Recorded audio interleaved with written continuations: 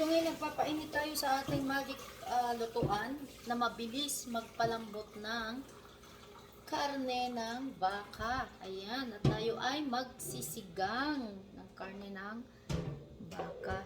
So, ito nga po ay mainit na siya. So, ilagay na natin lahat yung ating sibuyas, luya, at kamatis. Ayan, bibita natin siyang ganyan. Nakita niyo hindi ako naglagay ng bawang, guys. At lutuin lang natin yung ating sibuyas at kamatis. So sabi nila, kapag inuuna mo daw yung kamatis, hindi daw lalambot yung karne ng baka. Hindi po. Depende po sa lulutuan. So, depende sa pagluto. Ayan. At ibigisa natin ganyan. Pwede na rin natin siya lagyan ng ating paminta, black pepper.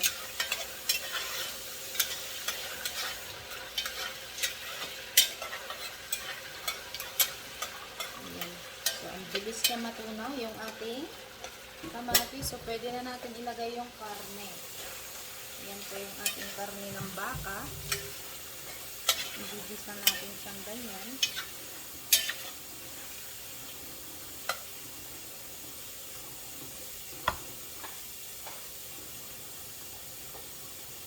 At ating tatakpan. Bakal po kasi ito.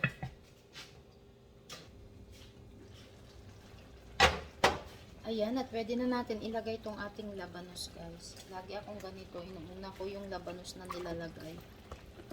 So, nilagyan natin siya ng labanos.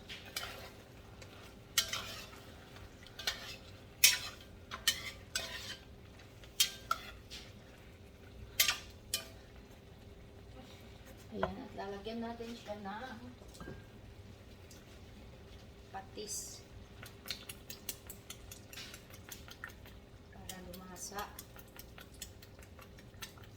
Yan, huwag po kayong mag-alala dahil maliit lang po yung kanyang butas.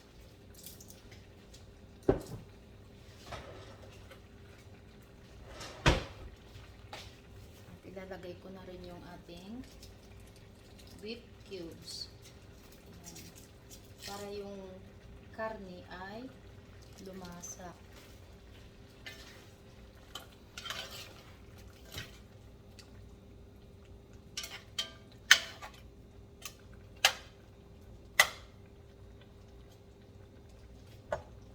Tatakpan natin siya ulit. Ayan na nga, guys. At okay na yung ating beef. So, ilagay na natin yung kanyang sabaw. Ayan. Charot. Oh. Antayin lang natin siya kumulo, guys. Mabilis lang kumulo to kasi gawa nga nitong baka lang ating pinaglulutuan. At mainit na siya. Santayin lang natin siyang kumulo, saka natin siya lalagyan ng, dahil may kamatis na siya, kalahati ng ating sampalok. Ayan, dahil wala naman po tayong fresh na sampalok. So, yan ang ilalagay natin. Ang sinigang mix. Kalahati lang. Ayan, lakas ng kulo. At yan, kumukulo na yung ating niluluto na beef. Ilalagyan na natin siya ng ating kalahating pansigang. Ayan, kalahati lang po.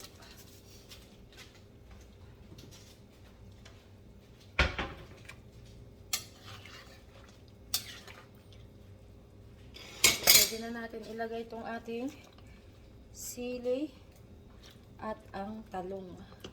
Wala po akong sitaw. Wala din pong, meron akong okra kaso yung nahiwa-hiwa na okra ang meron ako. So, ayan na lang, pechay at saka talong, sili at labanos ang ating pang-ano sa sinigang na baka. Ayan. Takpan na natin siya.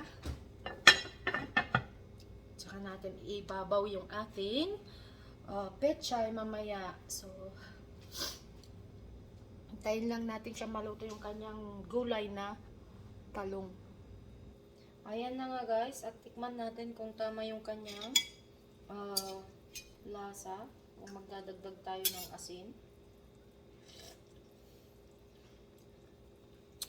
Ayan, sidagdagan natin ng kaunting salt guys. Ayan, konti lang siya. Lagay natin.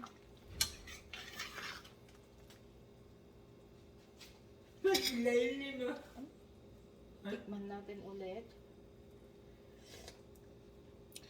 Ayan, perfect na siya. So, hinaan na natin yung kanyang apoy. At ilalagay na natin itong ating pechay.